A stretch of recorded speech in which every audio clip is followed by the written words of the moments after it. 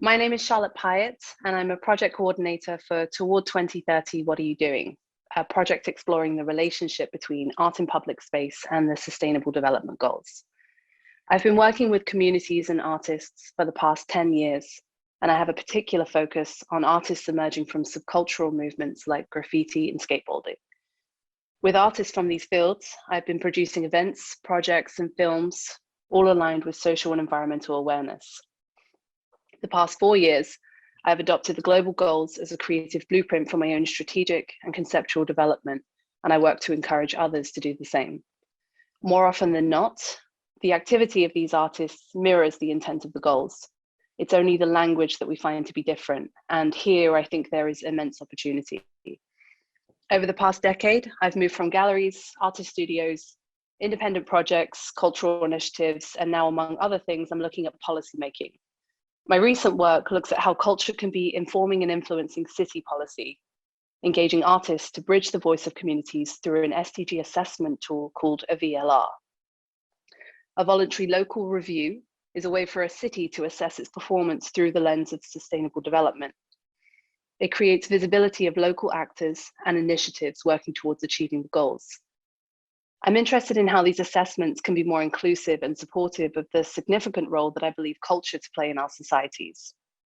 And this has a layered intent in better supporting our creative communities, to improving the credibility for the role of culture in connecting us. Also how it can be empowering the public to be more engaged in social and environmental discussion. How can these reports be more practical and useful for the communities occupying that space? I think artists and the creative solutions they're able to conceive have an important role to play here. For our talk today on community and crisis, we explore the experiences of 3 grassroots organizations working with culture as a bridge to positive change. We'll explore the causes they support and the obstacles they manage for project development, implementation, and communication. What are the relevance of the SDGs in practice and in process? So each one of the organizations will have 15 minutes to present their initiative, giving us a little insight to their history and their projects. And then we'll have about 40 minutes to have a chat through some of the common themes. For the first presentation, please welcome architect and urbanist Edouard Calderon and musical collective Mr. Clahe for Cuál es la verdad. Over to you, Edouard. Thank you very much, Charlotte. Hi all, my name is Edouard Calderon. I am a research fellow at the Queen's University of Belfast. My interdisciplinary research spans urban development, human geography, and education in the Global South, with a specific interest in urban transformations and spatial justice in geographies of conflict. Cuál es la verdad? In English, What is the Truth project was built on a previous alliance between young people, researchers, and art organizations in the United Kingdom and Colombia. The project is part of the multinational project Changing the Story, led by the University of Leeds. Our project is located in the Colombian Pacific, one of the richest regions of Colombia, but paradoxically, with the highest level of poverty and most affected by the armed conflict. This conflict is product of the fight for the control of extraction of natural resources by illegal armed groups that intensify after the vacuum power left behind after the peace agreement of La Habana in 2016 between the national government and the guerrillas FARC, with the formation of young gangs that fight for having the control over the territory. Let's watch a video with the testimonies of some of the participants.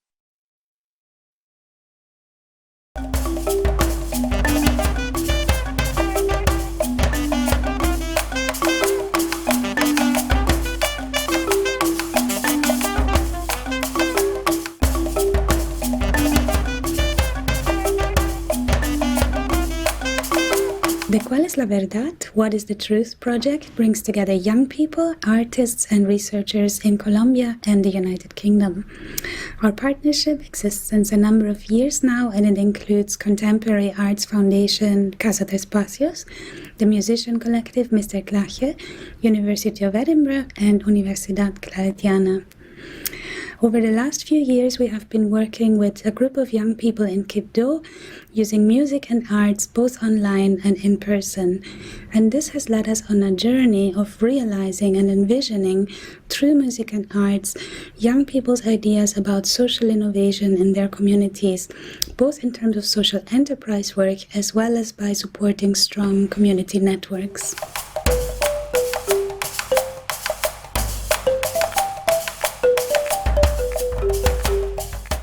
Siempre he dicho, el arte salva vidas y atraviesa los corazones de la gente de manera positiva. Y utilizar el arte como una herramienta de transformación social para los jóvenes del departamento es la clave. Y además de eso, que ellos entiendan en el arte un emprendimiento o una forma de sobrevivir o de resaltar, eso hace que tenga un valor agregado.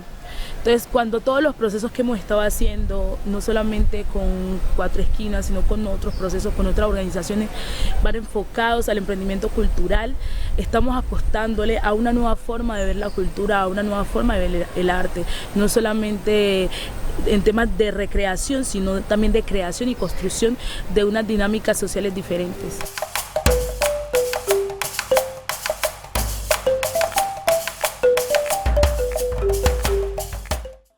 Arts, in all of its manifestations, can contribute enormously to sustainable development in aspects such as quality of education. There is nothing more enthusiastic than learning while doing something we enjoy. Arts are also potential tools for reducing inequalities and poverty through the creation of art-based social enterprises. For peace building and social justice, arts have the capability of unifying and accepting differences, thus recognizing diversity. And finally, arts is a powerful channel of communication that in our case has helped young communities living in contexts of marginality and violence being heard and seen. In other words, arts is a powerful tool for visibilizing the invisible.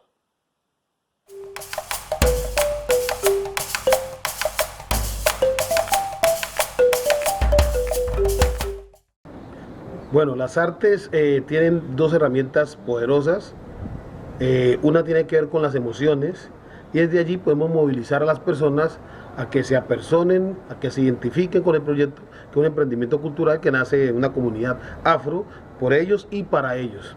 Desde allí es fuerte, pero también tiene un elemento intelectual, una producción intelectual que va a tocar también con el ámbito cultural del entorno, y que desde el arte se pueden movilizar tantas cosas como cualquier emprendimiento cultural, y este va a ser una demostración de eso.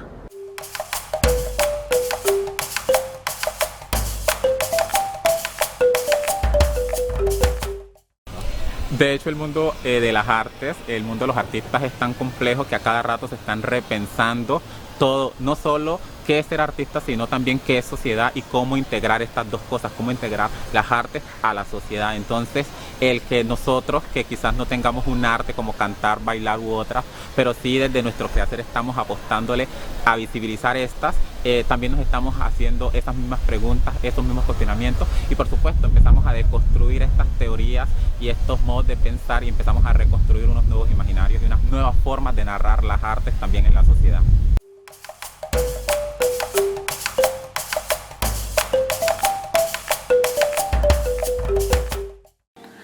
La forma obvia en que el arte puede vincularse con la sostenibilidad es mediante el uso de proyectos artísticos para llamar la atención a los problemas de sostenibilidad que existen en el mundo y en el contexto local.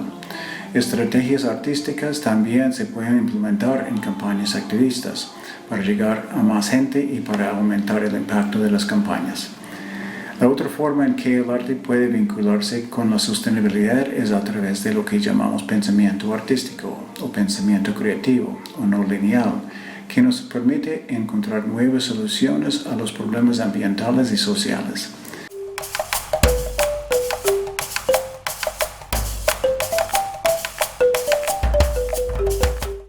Yo creo que las artes aportan a la sostenibilidad de este proyecto, potenciando las habilidades naturales de los coinvestigadores. Las 4 esquinas tienen cada uno un objetivo diferente, pero todas están atravesadas por el arte como lenguaje y como metodología. Entonces, nosotros como facilitadores del proceso, como artistas, lo que hacemos básicamente es generar espacios de diálogo y de creación colectiva para potenciar los conocimientos que los coinvestigadores ya tienen del territorio de su saber, para que éste se convierta en un proyecto de emprendimiento, en educación, en formación, en creación. Básicamente en eso el arte aporta la sostenibilidad de 4 esquinas.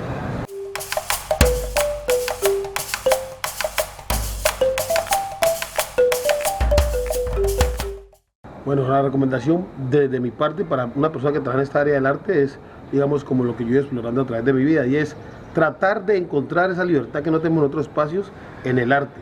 Tratar de representar, tratar de ser contestatarios, pero tratar también de pensarnos la vida desde allí y cómo podemos transformar la sociedad.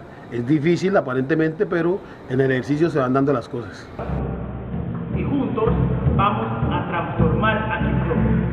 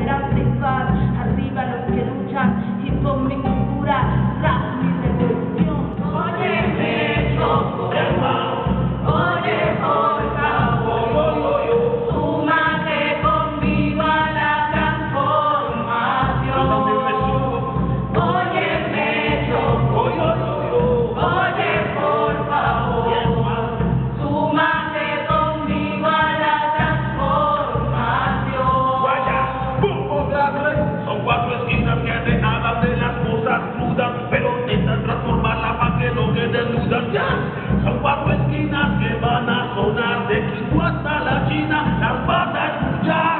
Revolución desde el corazón, intentamos transformar la sociedad con amor, así que estás invitado a cambiar por nosotros. 4 esquinas, aunque nos digan que están locos. Oh yes. Oye, por favor, súmate conmigo a la transformación. Y el mundo entero. Oye, por favor, súmate conmigo a la transformación. Óyeme, Chocó.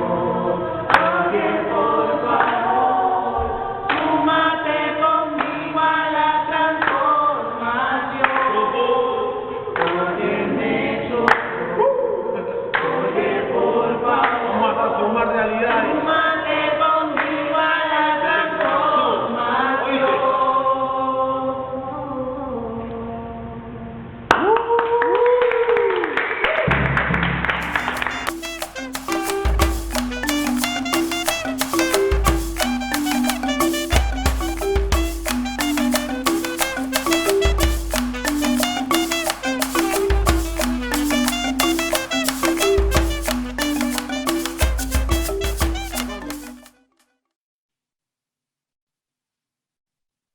Of the project was to explore alternative futures by building knowledge and skills collaboratively with the young people, who were given the role of co-researchers.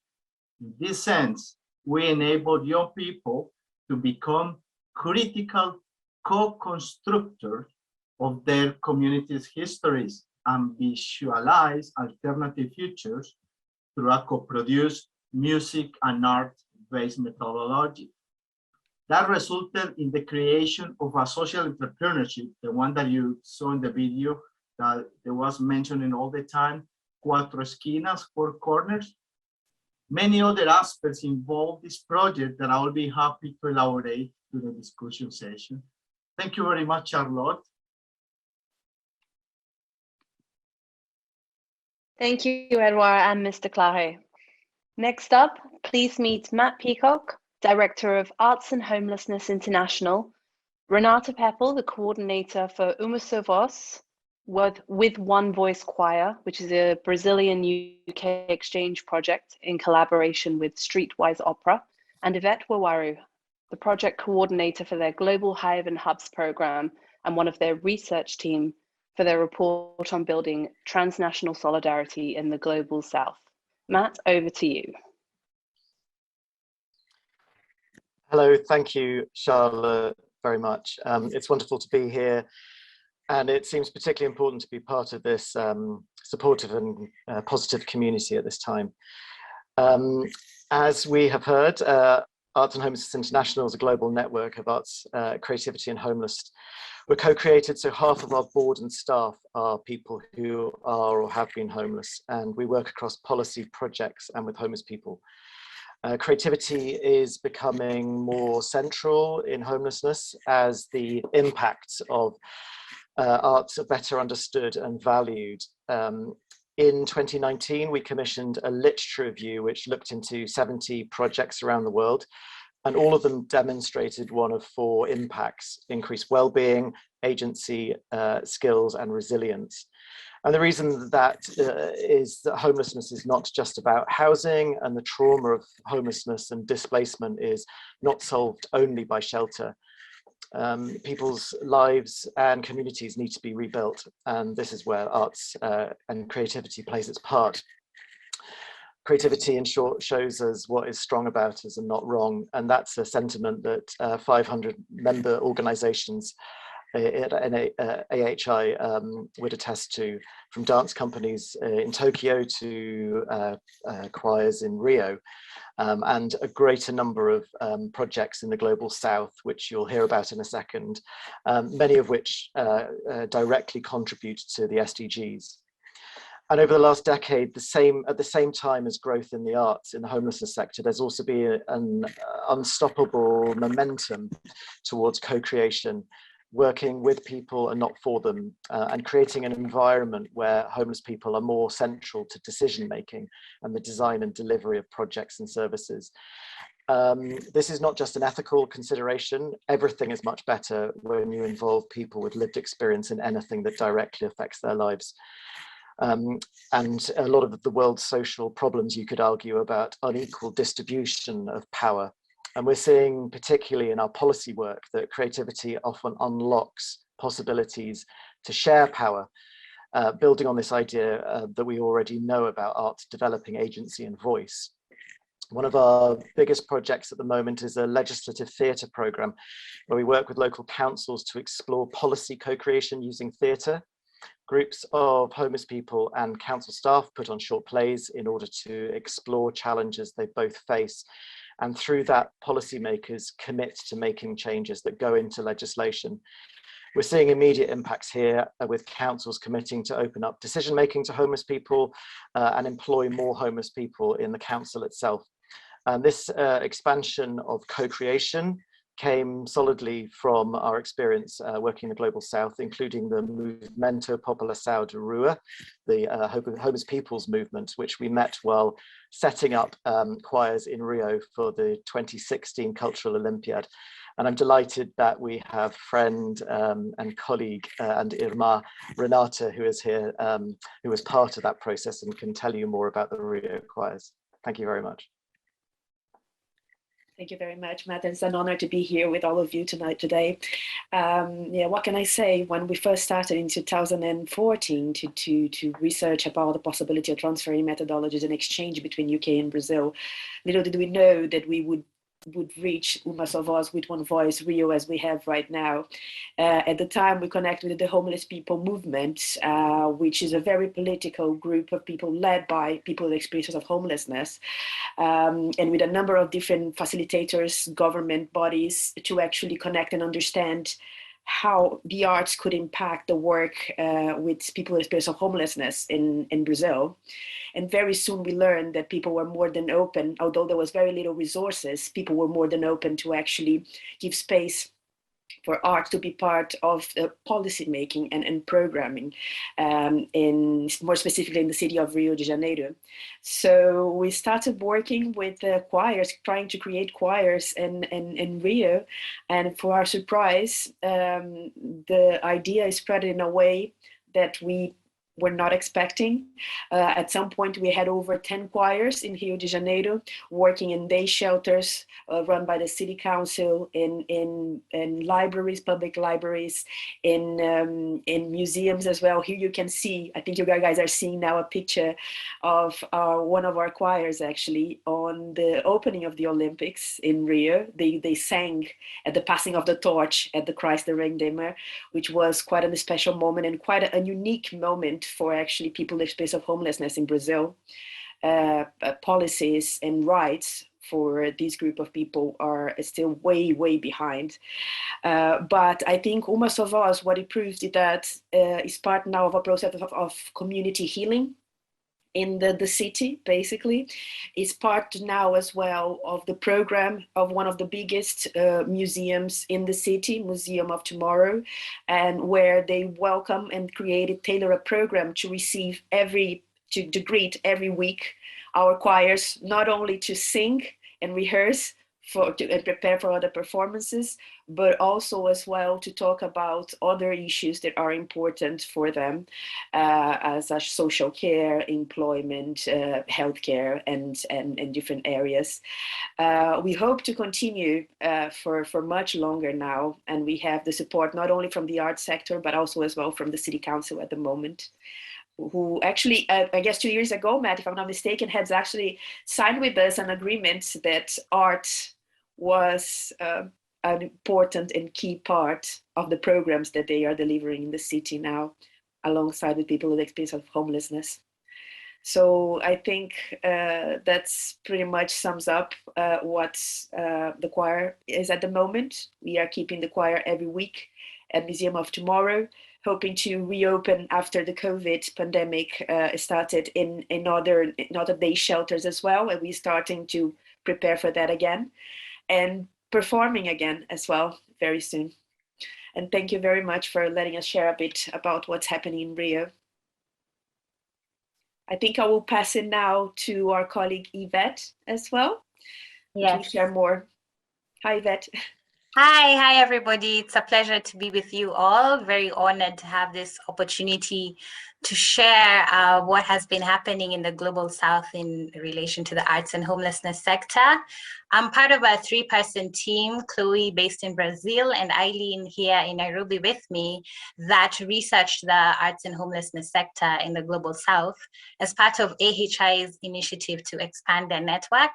We were lucky and fortunate and very excited to connect with over 100 projects in 39 different countries.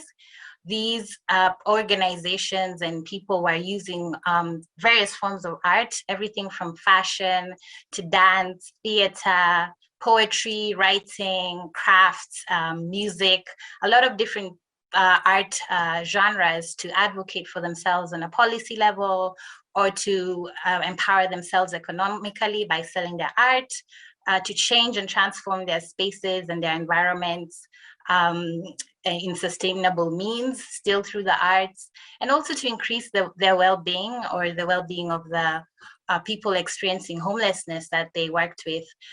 We found that it's a very vibrant, very exciting sector. There's a lot of challenges being experienced globally that are often quite similar.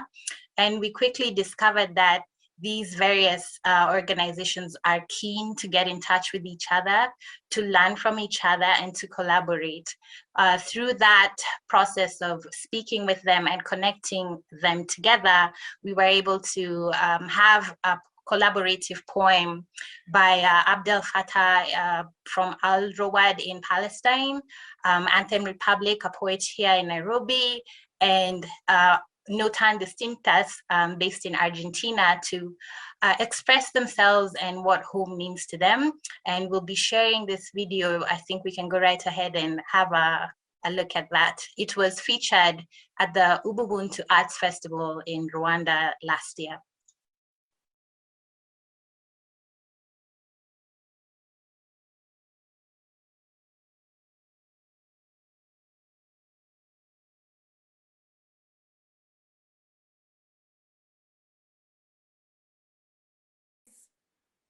Un lugar. I always wanted to change, but I grew up on the streets, and I know what using means, the body getting used to the rhythm of drugs, being raped. It happened to me too. I was locked inside myself too. There is a place. Hay un lugar. I am afraid of falling down to the streets. I see a jungle, a monster. There is a place. Hay un lugar. Being on the streets, I learned not to starve. I learned what community means. There is a place. Hay un lugar. I no longer want to be locked inside myself, blaming myself for not having done something different. There is a place. Hay un lugar. I would wake up in the cold, wrapped in my blanket, waiting in the sun for a hug from my comrades, mis compañeros. There is a place. Hay un lugar. Come inside, she said. And I thought, really? They are welcoming me. It's okay, she said. Come on in. How are you? There is a place. Hay un lugar. I started to open up. It's not your fault, she said. I am still fighting. They put us out there. They want us in the cold, locked up inside ourselves. There is a place. Hay un lugar. We will take care of each other. If we go alone, we will not get anywhere. Now I say, stop, wait, come, vamos. Let's go together. There is a place. Hay un lugar. Nimejishika tama, jamaa hanielewi atadhani nimekata tamaa, but ni kichwa nimesupport, isiangushwe na mawazo. Nawaza nitawashaje mwangaza kwa hii dark society, yenye hata lights kinaonekani hata angazeaje. Where is home? Nyumbani ni wapi? But I'm dark and bright, namtafuta firestones gongane tubomoe hii ukuta ya giza, karibu mwangaza ikibidi umenijaza. Open my eyes, I'm lost na inanikost. I'm searching for a home. Where is home? Nyumbani ni wapi? My friend is from the rich, but he robs to feel at home. Drugs drags me behind, but I do them to feel at home. I lie about where I come from just to feel at home. When my girlfriend visits me, I take loans just to make her feel at home. Sex before marriage is not right, but I did it to feel at home. Huku, freedom of expression is your right, but hata unaweza left express. Huku, maisha ya youth inauzwa 50-50. Nionyeshe home ni feel fiti. I'm an artist in a society that consumes art but don't appreciate artists. Where is home? Nyumbani ni wapi? Where is home? Home where peace and dignity is valued for development. Home where love and respect prevails. Home is where love and respect prevails. Home is in me. I'm home. Where is home? Nyumbani ni wapi? Ni wapi? Shut your ears. you may better listen to the beauty of silence or the music world you imagine. Free of shrieks of violence, no wars, no screams of weapons, no victims, no homes in ruins. لا حروب، لا زعيق أسلحة، لا ضحايا ولا بيوت مهدمة. Make us feel at home. Ichaluna, Tesoro, Anana, Fiwatan. Shut your eyes, see so you may better see. Fly beyond the horizon, swim beyond every sea. Appreciate the beauty of inclusion, the miraculous diversity of humanity, respect, equality, justice, and dignity. احترام، مساواة، عدالة وكرامة. Make us feel at home.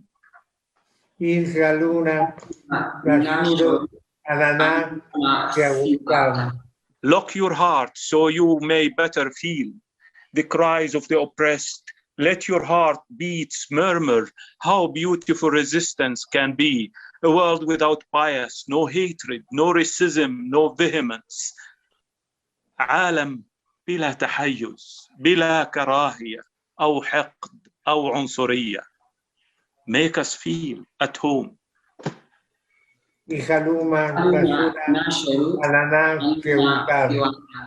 Open your eyes vast and wide and enjoy the beauty of diversity. Open your ears, listen far and wide the melodies of equality and dignity.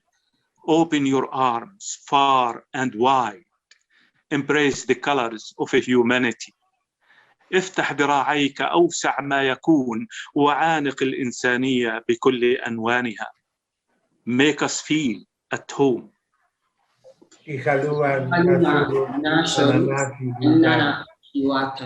The sky might be our cover. Earth might be our mattress. Stars are our candles. Light breeze, rainy drops, melodies. Being together, my human fellow, makes us feel at home. Make us feel at home.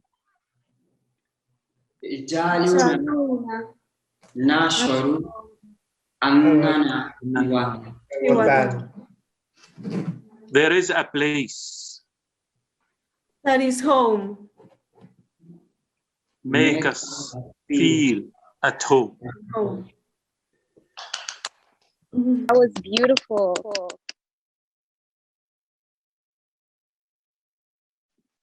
Thank you, Matt, Renata, and Yvette. And just for our speakers, I've just had a note from our technical team to ask if we can slow down when we speak because we're too excited and the translators can't keep up.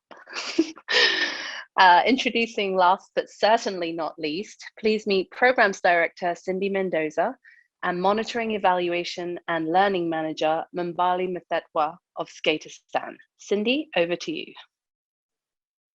Hi, everyone. Lovely to meet you. As Charlotte's mentioned, my name is Cindy Mendoza, and it's a pleasure to be with you guys all today and to really talk on important topics. I think before sharing a little bit more about our program, I'd just like to cue the video.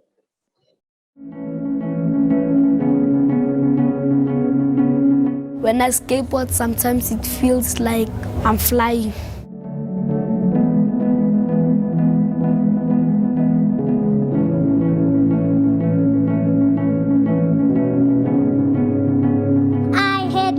Been to any sports days because there wasn't any available for girls.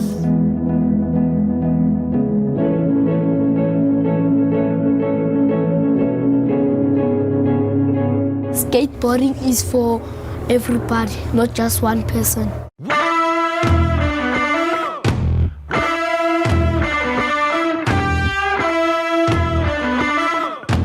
I feel safe, I feel free. I feel proud.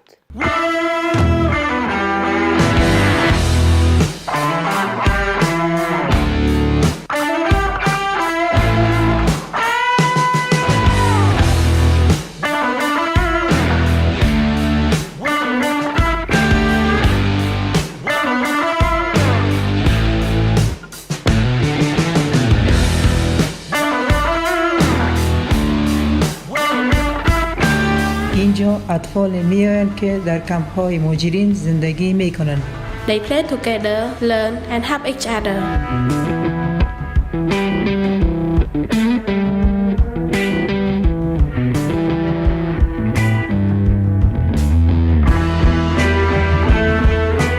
We like skating together because it's nice holding hands. هر وقت دوستانم از من کمک بخواهد من آماده کمک هستم. We are watching our kids becoming more confident.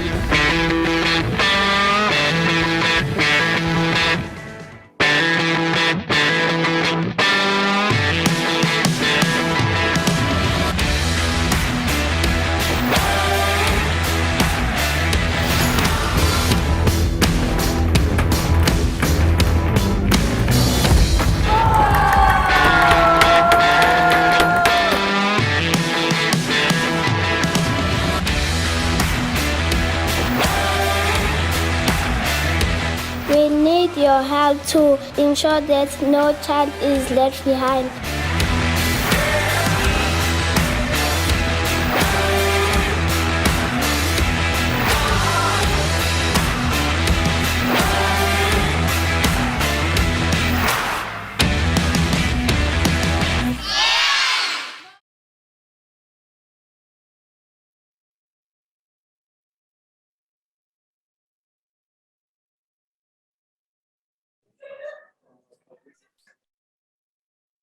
Bambali to you. I think Cindy's going to kick it off for us. And then I'll come in after Cindy. Cindy, are you ready? Yeah. Can everyone hear me okay? Great, yeah, so as I mentioned, I'm the programs director here at Skateistan, and personally, my lived experience has really taught me that sport has the power to change the world, and I think that's exactly what we do at Skateistan. Our organization was founded on the streets of Kabul, as you might have seen some instances of Afghanistan in our videos, and we now reach children with the ages between the ages of 5 to 17, not only in Afghanistan, but we also work in South Africa, Cambodia, and we've recently started doing work in Jordan. And really, our work is about giving children an opportunity to become leaders for a better world. We really believe that learning should be fun. So that's a really, really important value at Skateistan, is that we want our staff to have fun. We want the kids that come to our programs to have fun. And this then allows children to learn. And we also really value putting education at the center to provide a promising future for the kids. We usually focus on working with kids that have normally been excluded from sports or other educational opportunities. And this is particularly relevant for girls in a lot of the countries that we work in. So we really prioritize creating a female-first environment where girls have a safe place to play, a safe space to learn, a safe place to really have a sense of belonging. And we also work with kids in low-income backgrounds, kids at work that are living with disabilities, and as seen on the video, kids that have been internally displaced in some instances. And really what we do is that we focus on providing skateboarding with creative-based education. And through this, they're able to learn key life skills by participating in our programs. We have 5 core programs at Skateistan. Our main program, our flagship program, is called Skate and Create, which is an hour of skate instruction and an hour of creative arts-based education. And we really, as I said, it's not just the skateboarding, but it's the combination of both that allows and that has allowed us to be successful and to allow kids to really engage in the lessons that we do and that are able to pick up the life skills. And then also, I think something that's particularly relevant for our work is that skateboarding is a relatively new sport. As some of us may have seen, it recently joined the Olympics. And although it's an individual sport, it really encourages self-determination. It helps give confidence to the kids, and it also creates a sense of belonging so that they're able to learn as a collective. I think another important thing, as we talked about, is creating a female first environment. And we really focus on not only creating a female first environment, but an environment where the child leads. So the child is at the center of their own learning, and they're able to choose what they're able to learn. They're able to choose what they want to learn about. I'm sure Mboli will talk a little bit more about this as we try to assess the needs of our children.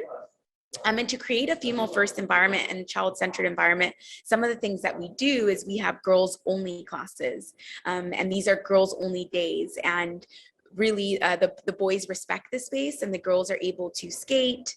So for instance, in South Africa, it's on Tuesdays, and everybody knows that this is their day and their space, and that really helps create that environment. We also prioritize enrolling girls in our programs. So we have a goal to have 50% girls participation. And when we reach 50% participation in boys, we don't like give the girl slots over. Like, we always ensure that we're providing 50% opportunity for both. And then something that's really, really important is that we provide an indoor and a private facility to provide that safe space. So as a girl would have mentioned in the video, she never had an opportunity to do sport. The opportunity was never given to her. So we provide that in an environment that is safe so that they could feel comfortable doing this in that environment. And then a really important thing, and I think speaking about role models before I pass it over to Mboli, is that we really prioritize hiring female role models, but also role models from the communities that the kids can relate to, that have similar lived experience to the kids, that look like them, that speak the same language as them. And this is really, really important for our work and why we've been able to been so successful in the past. So at the moment, 52% of our staff are female, and this was actually more in the past. It's recently gone down due to the situation in Afghanistan. But yeah, and most of our management, close to 70% of our management are all female staff. So that really helps us create that environment that we want.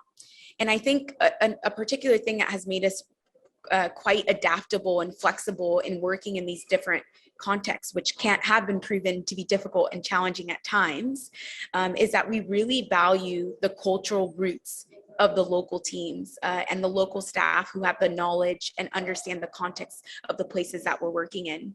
And I think on that note, I'd like to pass it over to Mboli, who is our South African Mel manager. She forms part of the international team now, but she was the general manager for our skate school in South Africa for a number of years. And she can share a little bit more about her journey and how our local teams are the ones that actually make our work happen. Over to you, Mboli.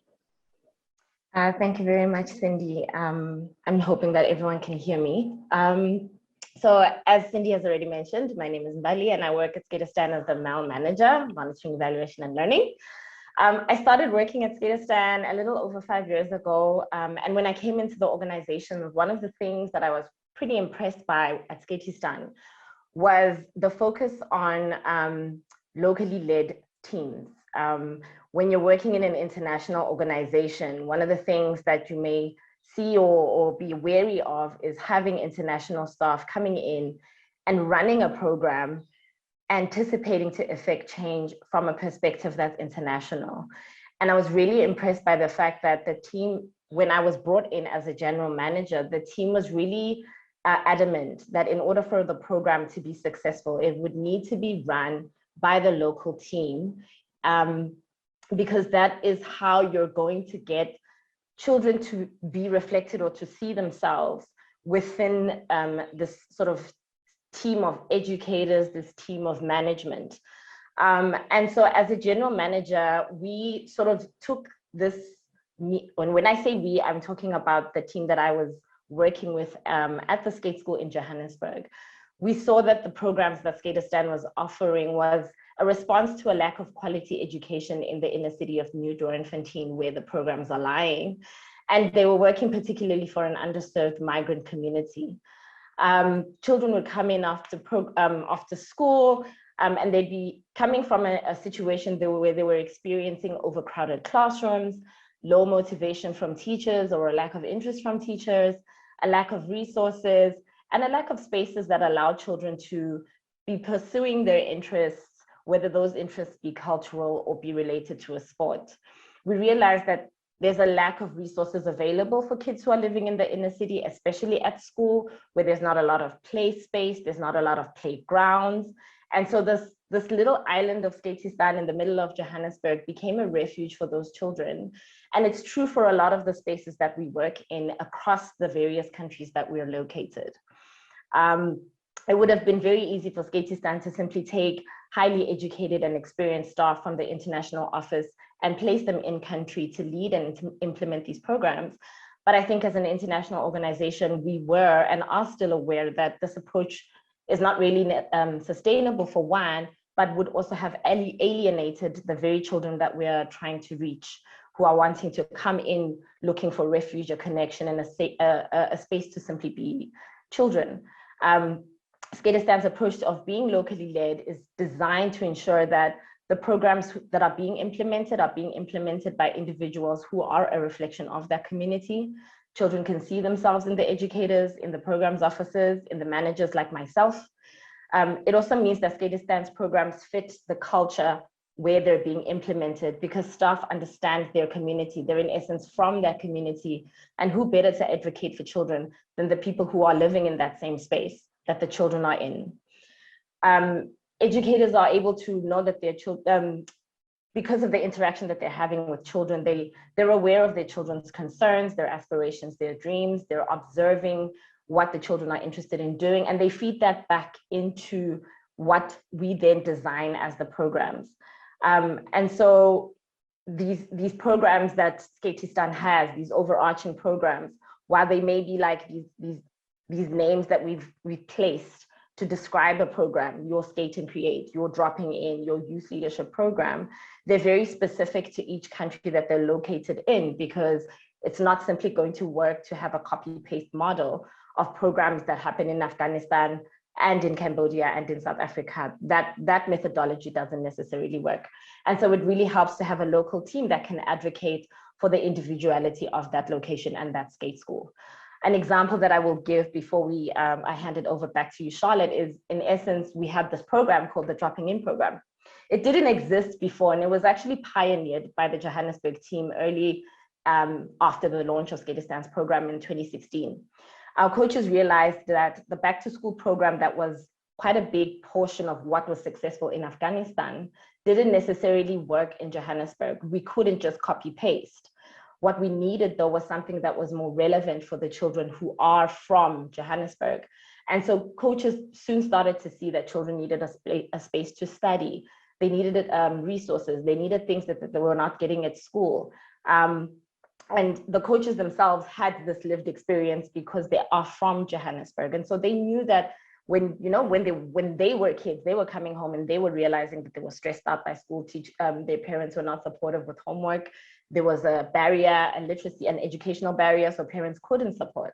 And so when we developed this Dropping In program, we did it because we realized that it was relevant to the Johannesburg team. And this is just one example of how these programs continue to grow at Skateistan. So while we have 5 programs now, who knows what other programs will begin to become more relevant as the organization continues to expand and find itself in different areas, because those locally led programs will be informed by the people who say, no, this is not relevant here, so maybe we could expand on this in another way.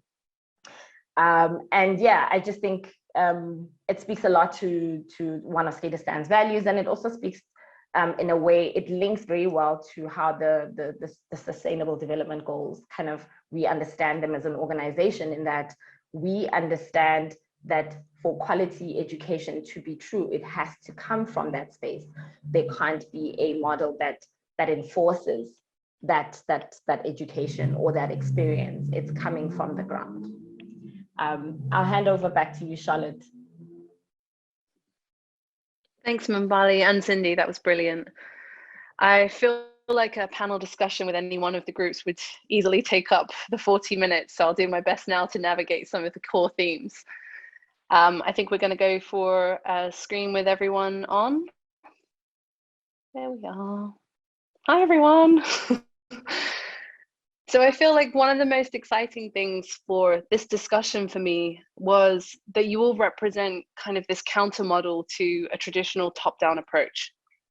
arts and culture wasn't a destination to arrive at once crisis was averted. Instead, it formed an essential bridge to get to where you needed to go. Each organization has responded with sensitivity and mindfulness to the specific variables affecting each unique location and culture. So I think crisis in this respect is relative, whether we're considering a sudden shock or change or an ongoing state of conflict or poverty. Edouard, I wonder if you can talk a little about the tense social context in which Cuál es la verdad was operating in Colombia. I know specifically you see the term post-conflict a little problematic, but what value do you think culture has in your work here? Yeah, thank you, Charlotte. Well, the scenario, I think, like everyone here, is a very complex scenario in a context of the community that has been marginalized historically in Colombia.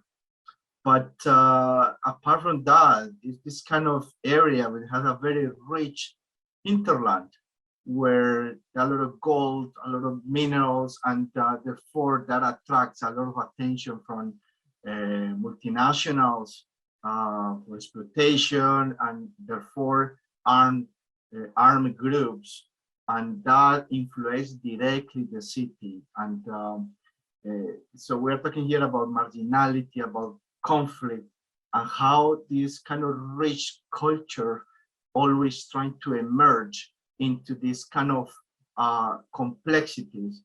And I mean, I have many anecdotes and experiences with there, but one of them that I can just point here quickly is that once we arrive with music into this scenario, we got such a response from the kids that we didn't get before in another approach, like go and talk with them into more like a lecturer, or you know what I mean? So it's more like a talking the same language.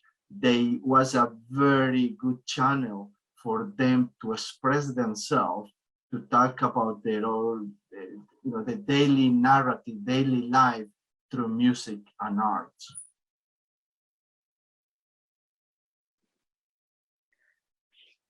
For arts and homelessness, poverty is obviously an ongoing state of crisis. And through their work, as you heard from Matt, they support individuals as well as influencing homelessness policies, which are informed by people who have lived experience.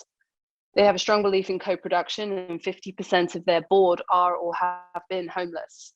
Matt, I really like how Arts and Homelessness International are able to navigate this traditional system to almost infiltrate with alternative, qualitative approaches. Can you talk a little about your views on arts and culture and how you work with it? How does it benefit your mandate? Yeah, it's a great question. And I guess about 20 years ago, when I started working in homelessness, it was a very traditional structure. I was very privileged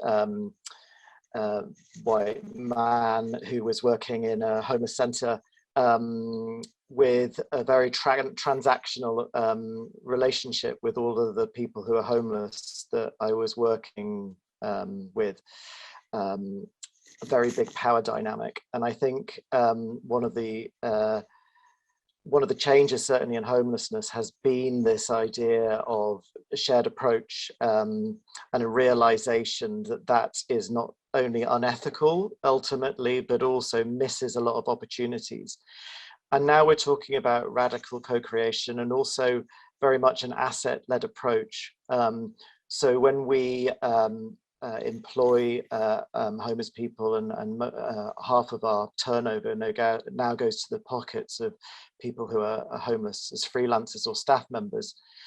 It's around a dialogue of assets. So if you have been through the trauma of homelessness, on many occasions that also equips you with huge resilience, empathy, communication skills, and all of these things people, I think, forget when they're in that turmoil and just see the negative parts of what they feel of themselves and what other people portray in them.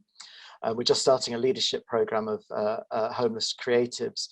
And it's very interesting to see how people have, you know, many people have imposter syndrome, but that idea of feeling like you're not worth to be in a certain situation, I think is even more so.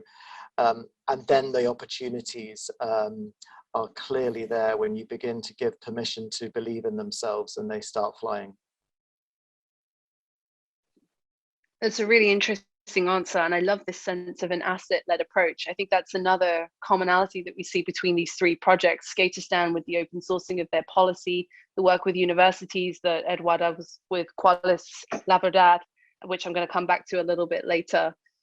And I would love to see more papers on this as well, this sense of an asset-led approach, these toolkits that are helping people be more open with their research. How do we share and come together so that we can build together? I think it strips a lot of the ego of, you know, me being seen to do something significant. It's never been about me. This kind of brings me on to the sense of best laid plans, right? We all have this plan of how we're going to be moving forward. And I think Skateistan has a great kind of lived experience of this. I think for the first time since 2009, you've had to halt your programming when in Afghanistan, the Taliban took Cuál, right, in 2021. And I feel like this confusion is ever present, particularly in recent times, for how do we adapt or even continue when war or unrest strike. Cindy, perhaps you can talk a little bit about the experiences of the team on the ground and how Skateistan as an organization was able to adapt while in a stage of adaptation for obviously COVID impacting you also. Yeah, definitely. So I can touch a little bit on it, and then I know Mbali has a specific example with COVID in South Africa, but you know, we have 6 educational theories that like guide our programs, and I love that everyone's kind of been referring to the different theories that inform their programs or their approaches, and it's really great to see that. So one of them at Skateistan is a trauma-informed approach. So we make sure that the staff that we're working in each country, particularly within the Afghan context, are aware of the challenges in their community, but they're able to provide support, wellness at all different levels of the program. So not only for staff, but also for our participants. And these are opportunities for healing, opportunities for growth, opportunities to provide like a safe and emotional space for them to have that. And when we halted our programs in Afghanistan, one of the key things that we really focused on, it was 2 priorities. Like one, ensuring that sense of belonging. That's a really big part of Skateistan, and I think a lot of young, children and young people in Afghanistan felt forgotten. Most people were focusing on leaving the country, and Skateistan's approach to this was that we supported our staff to do whatever they felt was best, whether if they wanted to leave the country, we supported them with that. If they wanted to stay in the country, we also supported them with that. So yeah, about them not feeling forgotten within the Afghanistan context, we really made sure that we checked in with all of the children that we worked with. We tried reaching out to them, of course, using safe mechanisms to ensure that our staff were safe, but that they were safe as well. So that was one thing, to like ensure that sense of belonging still existed, and that they felt like they still had a community that hadn't forgotten about them, and that we communicated that we were still committed to working in the country. And we're slowly looking at rebuilding programs, starting with educational programs, and getting creative by doing things remotely as well. And I think Mbali could touch a little bit more about that with a specific example from COVID and how our teams adapted and shifted. So I think over to Mbali. Yes, for sure. I just want to add, like, we did go through quite an existential crisis as an organization, because when you're an organization that's framed around Afghanistan, skateboarding, and you lose that, we kind of had to like recalibrate and be like, who are we as an organization? What is it that we do? What is our vision? What is our mission? And we had to kind of keep having that conversation and reminding ourselves that the important thing that we were doing was working with youth, empowering youth, giving youth a safe space, whether that safe space is a physical space or it's a remote space. A safe space can be a phone call, a safe space can be a WhatsApp group that's locked away, that's safe, you know? And so that did happen. It wasn't as easy as saying, oh, we'll just snap into action. We had to really think hard about How do we reframe the organization? And I think it happened also externally where people were like, what happened to Skateistan? Do you guys still exist? Where are you? And as a global organization, it was almost as if what happened to Afghanistan impacted the rest of the organization in South Africa and Cambodia. And so that adaptation had kind of already happened to us during COVID, where what is Skateistan without the skateboarding if kids are on lockdown and they can't leave their houses? How do you implement programs? How do you continue to reach children?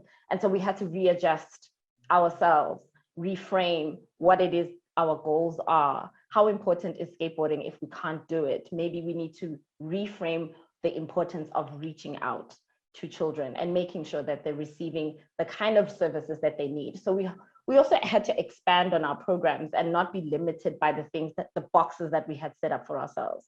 Like that Skate and Create program is a box. It's very specific, but we had to understand that without that Skate and Create name, how else can we continue to implement an educational program that also has a sports element or a physical element? And so those conversations were happening quite regularly, weekly. Creating more systems of accountability was also how we adapted, creating more systems to reach out to kids, but also making sure that when we're adapting these things, we're still leaving space for the possibility of the return. So like returning to Afghanistan and implementing programs, returning to the skate schools safely and making sure that those programs are happening safely with COVID in mind. So yes, there was a lot of adaptation and we were quick to do it. And I think a lot of that also stems from the fact that when Skateistan was born, it was born within a space that was already in conflict. Conflict didn't only start in 2021. It just came to a head in 2021. From 2007, Afghanistan was experiencing an ongoing conflict, and we were already existing in that space and implementing programs with a team on the ground that was well aware of safety procedures should this happen. Should there be, for example, a particularly dangerous situation for staff, a particularly dangerous situation for students. We were prepared for those things at all times because we were always having to think about adaptation. I feel like adaptation in this sense almost has this multi-layered approach as well, where we're looking at the communities where they're supporting the infrastructure of the teams that we work with, and then the wider audiences, the people we're trying to inspire to connect. I think, Renata, you have a great case study with this, with the choir, particularly being included in the programming for the Olympic Games. Like, I can't imagine what an amazing thing that must have been, and the public perception that would have changed as a consequence of it. Maybe you can talk a little about that, as I know that the restoration of dignity, in the capacity of like SDG 3, good health and well-being, dignity is a big part of your programming and your mandate, and to receive those kind of public responses. What do you think? Oh yeah, I mean, it was quite interesting to watch that. Homelessness, it's a lot around invisibility as well. Actually, people, especially in Brazil, the issues and prejudice around homelessness is something very integrated in society. People are literally invisible. When we first started the choir during the Olympics, and we managed to got into the program, it was like a unique thing that never happened before, especially in a country like Brazil. And the choir started to rehearsal together and being together for a positive action, for something that they were doing together. They were all in the same situation, they were all together, but they were doing something positive and performing to people in this position. It was something that came up unexpected. Many people of them came after the performances saying to us, you know what, no one has ever reach out to me to shake my hand before in my life. This is the first time that someone has come to me and congratulate me for something, or actually, shake my hand, having physical contact with me with pleasure. So there was something where we realized that it shifts the power and actually the self-confidence of thinking, if I can do this, what else can I do in my life? And I think that from that, a very strong program of actually rebuilding the work and the people started coming more and more for these meetings. We had some points that we had over sometimes 67 people together, 70 people together in the rehearsals, because it made a difference. And all of them till this day we have some members that are with us for 6 years now, and all of them say with very pride, I'm part of the choir. I'm Homelessness choir. When they go to even the public defensorship, which is like the place where they can claim for their rights, they claim for basic support, they already come saying, I'm from the Homelessness choir, and people, oh, they are from the choir. So it now is established choir in the city, and they feel that they belong into something that does positive impact in their lives and other people's lives as well. It's so fantastic. And I didn't want to come back to Skateistan so quickly because I have so many people in a panel and I'm trying to balance everyone. But I feel like there's something really special in being able to access, you know, the sense of infiltration where we're talking about the traditionalism of policy. I think it's the same for these public spaces. And when we're able to find a way to authentically communicate our message, I feel like there's a real opportunity. And it puts me in mind of the Skateistan film, you know, Oscar-winning film for learning to skate in a war zone. Like Mbali, I wonder how the impact of Skateistan and what you were doing changed once that video came out, because it was dramatic. Can I tell you something interesting? It didn't change much for the team in South Africa. From an international perspective, though, there was a huge shift for the organization. We were known in this global setting that we didn't have access to before. And the film sort of pushed us or propelled us forward as an organization, a global organization. On the ground, though, it was quite different in the sense that we just went on with our business.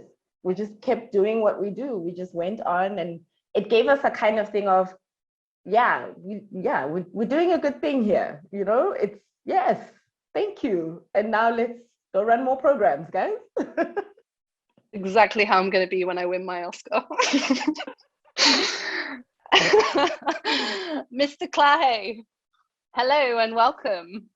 I wonder if you can talk a little bit about your work. I understand that you're part of a musical collective that work with upcycling instruments and materials in disadvantaged communities. Maybe you can talk a little about the responses you're having from young people and the value you think culture has.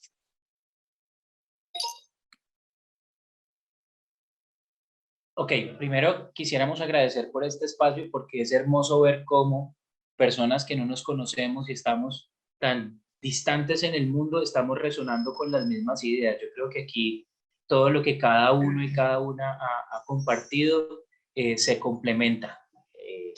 Quisiéramos comenzar por eso. Mr. Clash es un colectivo que encuentra en la chatarra, en la basura, una oportunidad para generar procesos con comunidades. Entonces, el mundo está lleno de basura, el mundo está lleno de conflictos, entonces cojamos la basura, transformémosla en una oportunidad, en un objeto musical para sentarnos a hablar de las problemáticas que existen y estar juntos, y crear juntos, y reflexionar juntos. Creo que ese es como... Dale.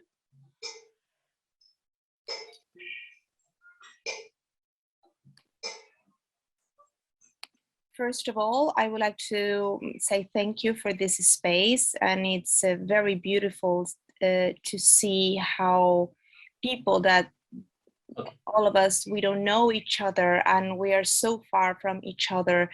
We have the same ideas, and I believe that here each one of us have shared something that complement each other. We would like to start because of this with Mr. Clave, which is a collective that it's located in the garbage, they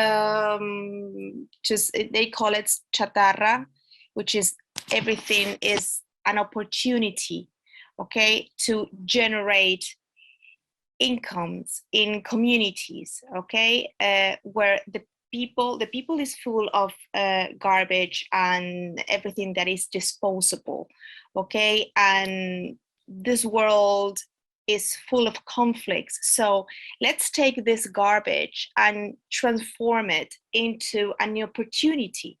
in a musical object, to sit and talk about the problematics that exist among us, and to be together, to create together, to reflect together.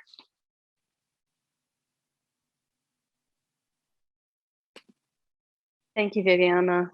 And thank you, Mr. Clahe. I think this sense of togetherness is another red thread pulling through all organizations. And aside, as we said, for the empowerment of communities on the ground, the NGOs, the projects they support, I think there's a sense of the importance of working with local people to develop this infrastructure, you know, recognizing that what works in one context isn't going to be appropriate in another. So with local at its heart, the projects all adopt this multidisciplinary, multi-sector, multi-stakeholder approach to achieve their goals. Yvette, hi. You were part of a research study for Arts and Homelessness International into the Global South, and the report engages with the SDGs as part of its makeup. Perhaps you can talk a little about the research and its efforts to integrate the voice of local people and your experience with SDGs in that process. Yes, so my team and I, with Arts and Homelessness International, were able to reach out to a lot of projects around the Global South. As I mentioned, over 104 to be precise, in 39 different countries. And what we quickly found was that there's a lot of diversity and a lot of problems being addressed through the arts as a tool. And we quickly had to understand that homelessness looks different in different parts of the world. So one of the biggest challenges we had was to expand our understanding and definition of homelessness. In some regions, it looks like fleeing from conflict and being internally displaced. In other places, also fleeing from climate change and the catastrophes that continue to become worse and worse as the years go by. Also, we found that homelessness, the difference with what it looks like in the global north is that it's often people living on the streets. But in countries like mine in Kenya, it includes inadequate housing, meaning you're just living with a shelter over your head, but without the necessary plumbing or access to sanitary facilities, or constant threat to eviction for development projects, or a flood happens or a fire happens and your home is gone and you have to move to another shelter, which some governments don't recognize that is a form of homelessness. Refugees as well, without access to movement or living in tents, we had to understand that that's what homelessness looks like in a lot of other countries. And within that, because the problems are not just lacking shelter, the problems are also just poverty and no access to food and water or healthcare, poor well-being overall. We found that organizations use the arts as just one of the many ways to support themselves or the people living in homelessness. And we found that they address several issues at once, and that they do not start from an SDG point of view. Although the international NGOs that maybe are on the ground, they tend to think first about what is the SDG or what is the space we begin with, because they have to access funding and they have to use such resources and methodologies to access the resources. But on the ground, people start with the crisis they're experiencing. And in that moment, it could be a lack of shelter, and that tends to be addressed right away. Or it could be a lack of food when shelter is available. Or it could be a mental health issue that's happening within a team member. And so it's constantly shifting, ebbing and flowing. And that language doesn't really happen. The language of SDGs does not translate to the realities on the ground, on the grassroots level, unless, of course, it comes to the point looking for funding and access to resources with greater organizations that might have this. But we also found out that a lot of people are raising funds within themselves. They're using arts as a tool to, not have to understand the SDGs and just go right ahead and figure out their funding and solve their immediate problems. But there's a lot of intent and willingness, though, to learn and to learn from each other and to understand what is happening across the board, because the solidarity that we found once people started having these conversations.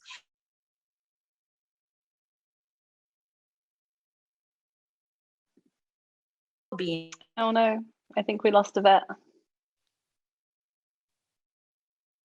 Yvette, if you can hear me, I'm going to continue because I see Mumbali emphatically nodding, and I know she has a shared experience of the SDGs, having moved through the organization from grassroots and then going all the way through now to monitoring and evaluation, where I think everyone is in agreement that it becomes very valuable at a certain point, but it's a little futile at others. Like, you share that experience, right?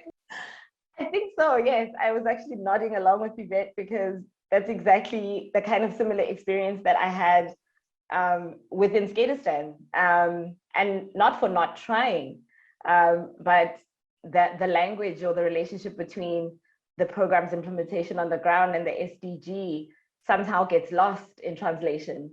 Where in the international office, perhaps it's a big conversation because it speaks directly to what Yvette was talking about, funding applications, that global log frame that we use in a funding application. It's very important for funders to understand how you link yourself to SDGs.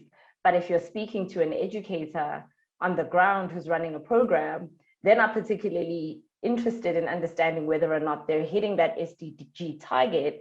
They're interested in whether or not they're implementing a program at a high quality or effectively.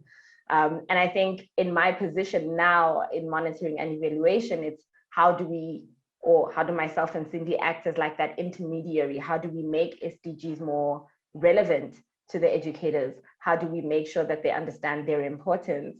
And how do they influence what we do on the ground? As opposed to saying, here's this top-down approach, here are these amazing SDGs now, this is how we do it. We can also start having that dialogue with educators to be like, do you understand what these SDGs are about? Do you understand how they're impacting this organization? Do you see them as relevant? How can we make these relevant? Maybe you putting it in a lesson plan for a skate session because you're looking at maybe SDG number 5, which is on gender equality, and understanding that that's the approach of your lesson plan. So you link your lesson plan to an SDG. But I think it's a slow process, and it's going to take a long time because someone on the ground is not trying to understand sustainable development goals. They're just trying to run a program. I think you're right, as you say, for this new kind of infrastructure that's emerging, there is an inevitability that a top-down will come into play. But I think, as we've seen for the organizations we've been able to pull together, bottom up seems to unite people as well with those core values of empowering people, communities, and the values that each culture and context are experiencing. I think we're coming to the close of our session, so I'll do a quick summary of where we're at, and then I'll hand back. So as we had said in the beginning, arts and culture wasn't a destination for any one of these organizations. It was part of the process. Not only did these projects succeed in bringing people together locally, they helped a global community of people understand and connect, offering an opportunity for them to align their support, elaborate a field of research, or expand their practice into new spaces. These projects couldn't be more different in their activity or geography, and yet despite this, they find common ground in the SDGs. For this talk, we focused the priority goals of SDG 10, reduced inequalities, SDG 16, peace, justice, and strong institutions, and SDG 17, partnership for the goals. As part of critical summaries for research, evidencing and funding, the SDGs can be an invaluable tool for communicating and connecting across geographies and sectors. One critical observation, as we've seen, is that there is a privilege to discussing climate action and sustainable development goals when you exist in an environment where survival overwhelms your focus. We also note here that our case studies have demonstrated that culture, fun, and play in safe spaces can offer not only a reprieve, but an opportunity to reconnect with the self and improve quality of life. Arts and Homelessness International are working with governments to influence policymaking, piloting policies with some of the largest museums in the world, changing the story and Cuál, verdad in partnership with universities to inform research and create economic stability with young people, and Skateistan, among their many things, open sourcing all strategic developments and their curriculum to further education and support other communities. As cultural practitioners, we can think about this when developing our own projects, talks, films, and events. How can we promote spaces that are aligned with our interests and are sensitive to our changing world? How do we invite others exploring these spaces to collaborate with us to amplify the message? This for me is one of the most valuable outcomes of the SDGs, this organic alignment of a multi-sector, multidisciplinary approach. I believe it to be one of the most pertinent aspects of good project development, the ability to bring together the activists, academics, artists, NGOs, not just to perform an action, but to work critically towards stabilizing the new ground that we break when moving forward. Artists, musicians, writers, I believe they challenge our perception of the world in exciting and dynamic ways, kind of disturbing this complacency that often plagues our everyday routines. And creativity, when coupled with community, promotes this culture of accountability and action, exploring creative solutions to incite discussion while empowering other people to do the same. On the front lines of a climate emergency, these creative ambassadors for urgent change embody the conflicted spirit of our time through humor and poetry, music and skateboarding. It's a community that I feel so proud to be a part of, even in a small way, and I hope today's speakers inspire you to consider the same. It has been my great honor to moderate this talk for Culture Community in Crisis as part of the British Council's Global Talk series. I'd like to thank our brilliant speakers, Edouard and Mr. Klahe, Matt, Renata, Yvette, Cindy and Mbali. Thank you so much. Rosanna, back to you for the closing statement.